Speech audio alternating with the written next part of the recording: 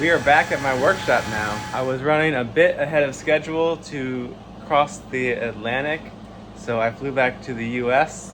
I believe the ideal time to cross the Atlantic is like late November to January, February.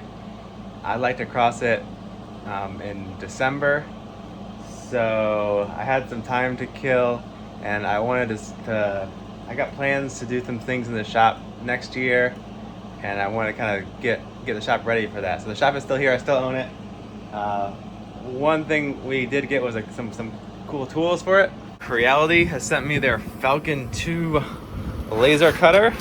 We used to have a laser cutter at the North Carolina State Design School, and that was really cool. I always wanted one, but back then they were like $30,000 and massive. It had a big CO2 laser and a whole room ventilation system.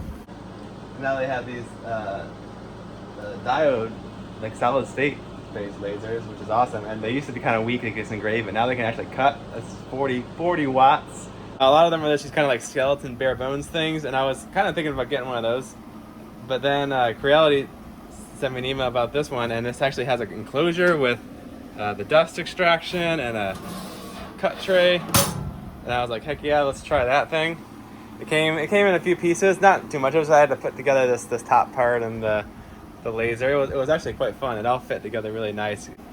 At first I thought, well, I can run it without the extractor on, but you definitely gonna want the air assist and extractor on. I accidentally unplugged the air assist and it got the lens dirty right away.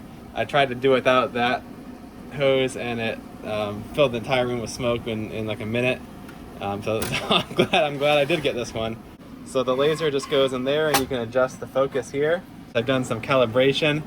It's got a camera, which I never had a laser with a camera. This is awesome because you put your piece in there, you see where it is on the little computer, and then you can cut exactly where you want it. After using the camera, I think this is the kind of thing that I wouldn't want to go back to using a laser without a camera. But let's cut some stuff. I 3D printed this little bracket so I could pump the smoke outside. So let's drill a hole. Ventilation installed. This thing is just super. First project, I want to make a little bug net that goes over this. We're just using a sticky trap now, so I'll measure that. So we just draw our shape. Now we just hit update overlay. That grabs an image to put on our workspace.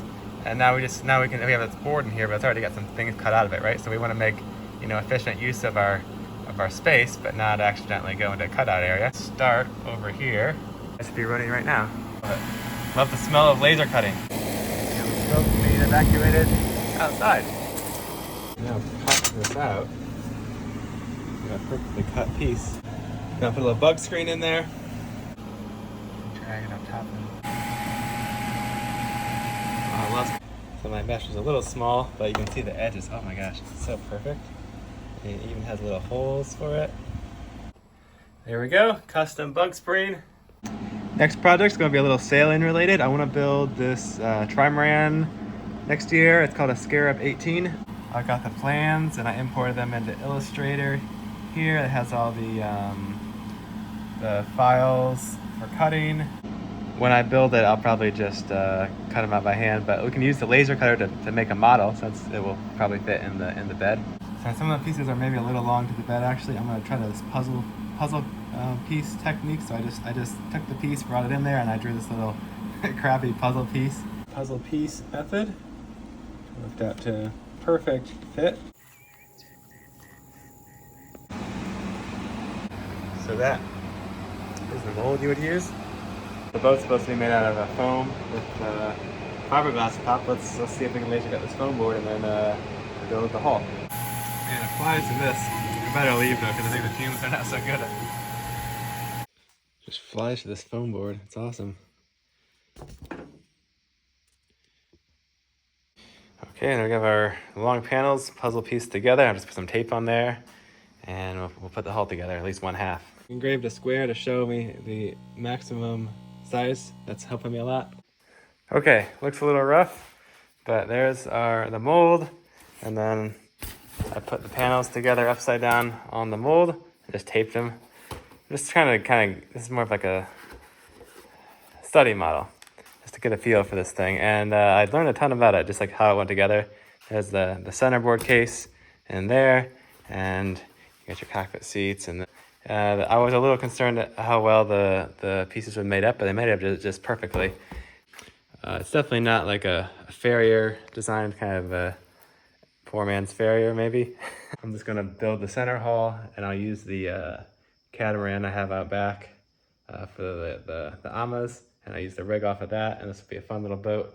We'll trailer it down, do another Bahamas run from Florida, and then trailer it up to Canada to sail over to Greenland. I gotta catch up with Eric.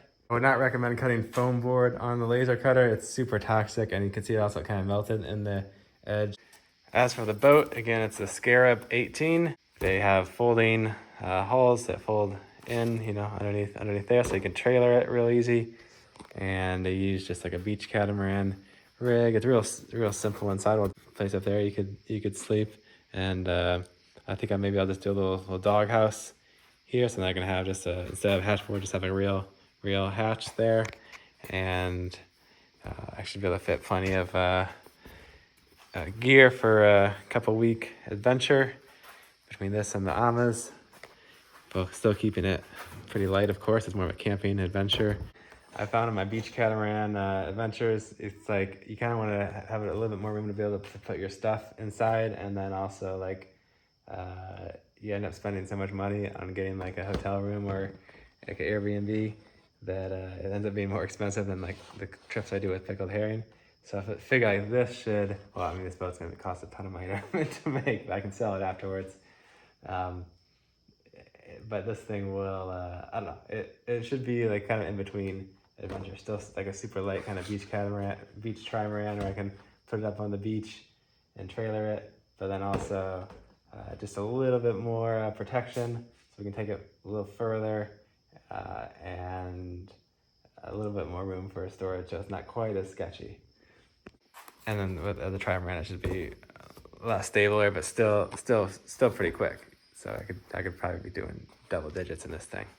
Here's this person that would be about 5'10" or 6 feet, and it would be perfect. There's a little dog house right here, so you can see out. And then I'll do a little raised seat that can maybe fold up and down, so then I can sit forward and look out of the dog house. And we'll have the tiller back here, and we'll run a rod, like a arm off, like a tiller that comes off the side, and a rod that comes in here, so I can steer inside, facing forward and looking out, 360-degree view from my doghouse. That should be awesome. And then this will be completely sealed off. Everything's gonna be glassed in. So we'll just have this hatch here, and then like a little hatch in case it has escape hatch or whatever up front. And so all I have to do is keep those sealed, and then of course seal the windows in the doghouse, and everything else is just gonna be, I'm gonna try to attach it on with glass, so there won't be any like bolts or screws going through the deck. This will be a new strategy for me, trying to keep the boat completely watertight, no penetrations, no holes going through the outside. Pretty stoked. Of course, trimaran, you also can just ride out here. We'll have a nice long tiller extension, so you can be out on the trampolines. Look how many bugs we caught here. I finally pulled the trigger on the Starlink internet. I got the Starlink Mini, and we'll try to have internet across the Atlantic, maybe, if it works. We'll see. This is the size of it. It's supposed to run on, it's got a wide range of voltages it runs, but it can go down to 12 volts, I believe, and so I got a USB-C cable to go with it. That's the normal cable. It runs with this, I think it uses 40 watts on startup, then drops down a little bit. It comes with a 60 watt output, so I think it should be fine for my boat. We'll see. I will let you guys know how it works. The Starlink Mini just came out kind of more recently, and unfortunately the price is really high. It's like $600. They'll drop the price eventually, but I was back in the US. I had to kind of just get it now. Otherwise, I didn't really want to try to like collect it in another country. So hopefully the revenue from some mid-Atlantic posting videos will make up for the cost. I was trying to think how I'm going to mount the Starlink, and I decided flat mounted on the Dodger might make sense. So I 3D printed these little brackets to kind of hold it flat on the Dodger, although I think I need like a spacer underneath it. So Starlink's in the front yard. You got a good view of the sky here. Let's see if it works. All right, Samlink, we have internet. I'll change that to pickled. So now I'm working on a gimbal designed for the Elegoo alcohol stove. Where is that project? You gotta use your imagination here because I didn't really want to model the whole thing. But like, this is the Elegoo stove, now that's going to be a pot, and then the gimbal kind of will screw on here, and then it will go to a axle with some bearings. So I'm just going to laser part cut this this little flap piece.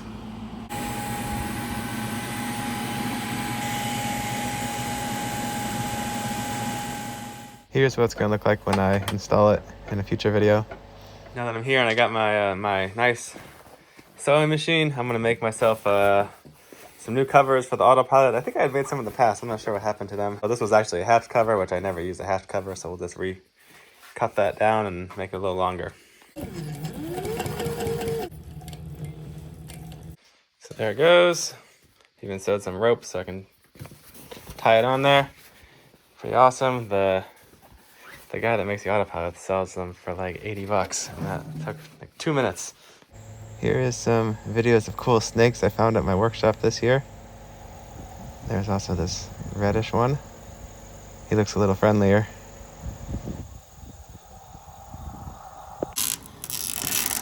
I have been having so much fun with my little G-Tech $100 resin printer that, but there was a few things I wanted to do that were a little bigger, and also I was just kind of curious if $100 can make prints that good, what would one of like the top of the line kind of consumer resin printers do? So I looked it up, and apparently the Elegoo Saturn, I've used a bunch of Elegoo's resin, and the Saturn 4 Ultra is like the top model. So I sent them an email, and they offered to send me this one. So this one, by comparison, I think it's more like $600.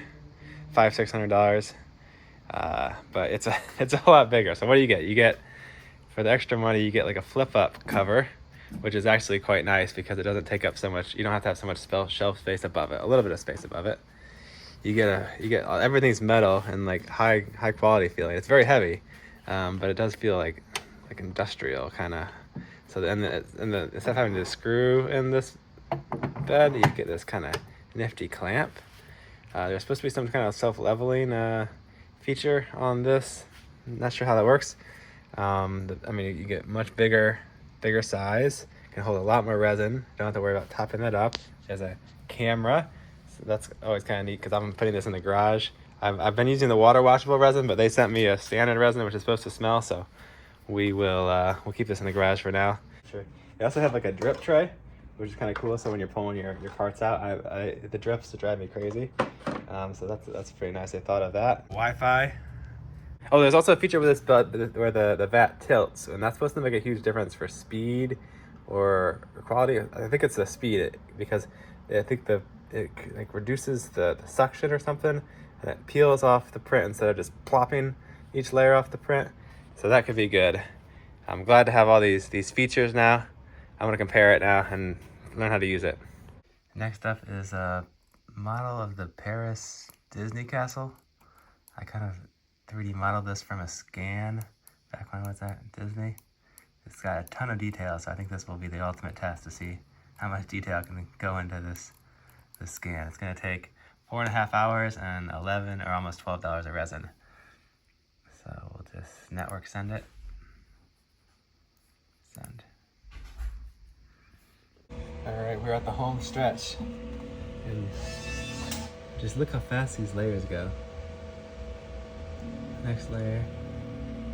Oh wow, it actually got the little flag on the tip there.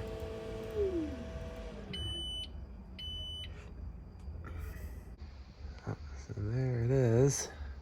I poured some denatured alcohol on it. You got those tiny little spires and rails. Everything, cool. And pretty good size for a resin print. I've been experimenting with printing some kind of mechanical parts. So I modeled a winch. This is actually a model of the Lumar winch, and the detail on this printer So awesome if I can even get to focus. Look how tiny those little paws are. Like that's my finger. And you can do, the supports just rip off like Velcro too. So it's like, it really makes some neat stuff. And it even works sort of. I need to get the tolerances a little better, but that's just in the modeling.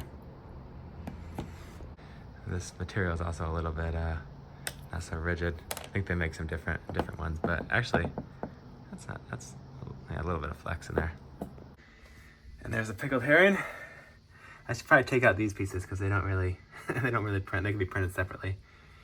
The overhangs don't work so good unless you support them. Other than that, I'm pretty happy with this model. This one I did hollow out, so it's much lighter and much cheaper. This one is like 10 bucks a material because I didn't hollow it. This one is like 3 or 4. The detail is awesome in there. I mean, I could have modeled more detail, I suppose, but I got pretty much everything I had in 3D modeled there. The anchor roller. I might try one with the rig, but I think I need to model a sail because it got a little wonky with these long supports. This was my previous printer, so we'll try to give this one the best chance of success. Now switching back over to the Bamboo Lab FDM 3D printer, printing some more parts for the boat. Once these finish, I'll show you what I got. I'm printing some new, I don't know what you call these, like sliders for my spinnaker slider. They just had worn out. I printed these new ones and they just popped right in there. This piece sells for, I think, $80, and it's $80 I don't have to spend. Although I did buy an extra one actually, because now I have a backup, because this one was also bent. It seems weird that they look like they made these parts replaceable, although they don't sell them on their website. I'll put a link for my 3D model if you want to print some of your own, if you have the Natos spinnaker pole slider for 1-inch track. I've also 3D printed, let's see, these are some boom chocks that will go on my new arch. These are, let's see, these are to go underneath the swim ladder to keep the ropes from catching on it and also kind of hold it away from the hull. And I've printed a whole bunch of these kind of spacers to go in between mast steps to kind of match the profile of the mast, so hopefully ropes don't get caught under there anymore. These are out of ASA, which is UV resistant. This is TPU, which is like, just has super good layer bonding, and I think will be nice and strong. Same with this. Well, that's it for my workshop this trip. I got a bunch done. I didn't film it all. A lot of it was just kind of prep for some future stuff. Next we'll be going to the boat show. See you then. I got to visit the Annapolis boat show. There's our logo. We had a meet and greet with all the other YouTubers. It was a ton of fun. They even had us in the finals for the best YouTube channel. Although unfortunately, they gave the award to the small spearfishing channel. I couldn't really believe it that they were the best sailing channel, considering it looked like they never even left the Bahamas. So I guess the whole thing was rigged. But it was cool to see a lot of sailing related boat stuff. And here's the Portland Puggy. It's a dinghy that also could be a life raft, and they even have a sailing rig for it. Not really practical for me, but cool to see that exists. I was most excited to get a chance to step aboard a bunch of different catamarans. I've been just dreaming about how I can try to make one of these things work after pickled herring, potentially. This is the XS11.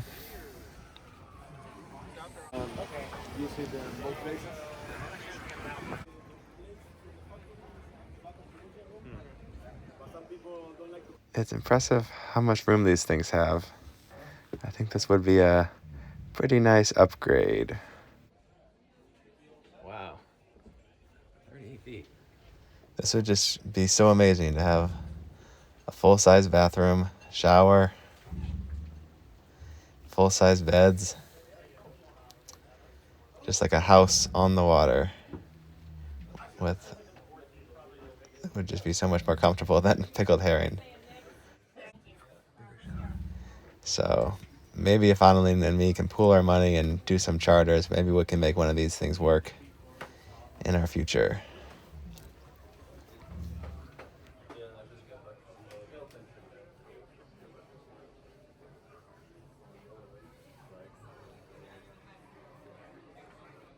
You have a proper storage. Wow, super. You don't need to worry about like holding this with your head. Got the gas struts there. The batteries are down there. The boat is a really nice design. Of course, I always have to get a look at the engine room to see what's going on down there. Looks like decent access.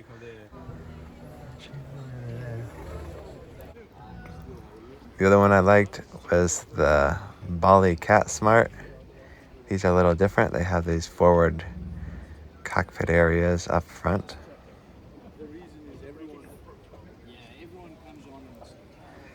And they also have this interesting door thing, which at the boat show looks pretty cool. It just really makes it back of the space. The lounge and cockpit space is so huge. You got the door there going up on the gas struts. Sure, okay. Although I wonder Yeah. how practical it is in real life. Cat Smart 30. But man, does it make a nice space.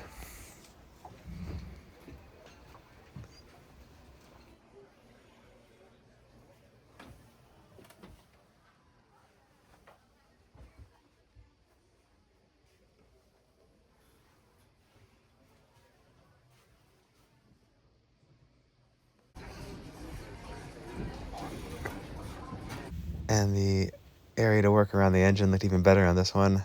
Hard to believe it was a 38-foot catamaran. And then it was fun to look at other ones on the real high end of the spectrum. Of course, they had the Antares. What an interior on that thing.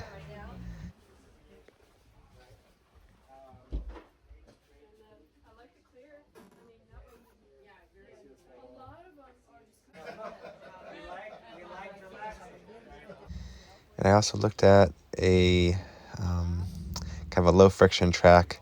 I was thinking about possibly getting one of these for pickled herring in the future, since having some trouble with the sail slides. And then they also had a boom brake, which is another thing I've been considering trying out on the pickled herring, seeing how I would like that. It's kind of they claim it can also be used as preventer. And then also they had these fire extinguishers for lithium batteries, so I'm gonna do some research on those. Maybe I'll be adding those to my boat too. And then to wrap it up, we'll look at a Lagoon, which seems to be one of the most popular brands of catamarans out there. I mean, honestly, they're all really nice. I think if any company wants to give me a catamaran, I'll take it, regardless of the brand. But they didn't have their smaller ones. This was the bigger one, which I think it's more boat than. It's definitely more boat than I need. I always take the winners off.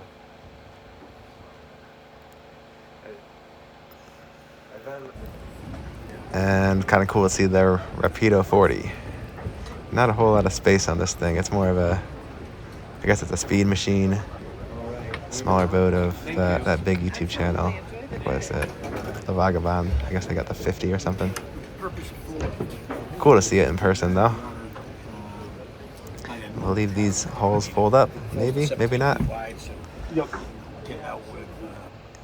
Yeah, you really got to get up to a 50-foot trimaran before you get the kind of space you get on the 40-foot catamarans, I think. Exactly. Not my long weekend. But again, Rapido, you want to send me one of these? I'm all game.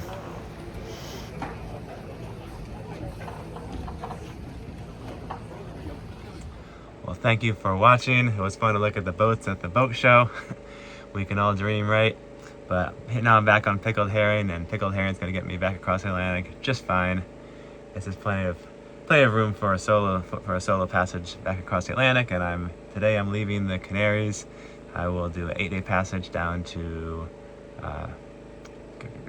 Dakar and then Gambia, and then Verde Islands and across the Atlantic. So I have my tracking link. I'll put that one on it's on my website, samholmessailing.com. If you want to see the tracking link, if you enjoyed the videos and want to help me afford one of these big catamarans or trimarans, feel free to join the Patreon. I'll try to post those videos early on Patreon. And if you can't afford it, no worries. Just thanks for watching. I'll see you guys in the next video.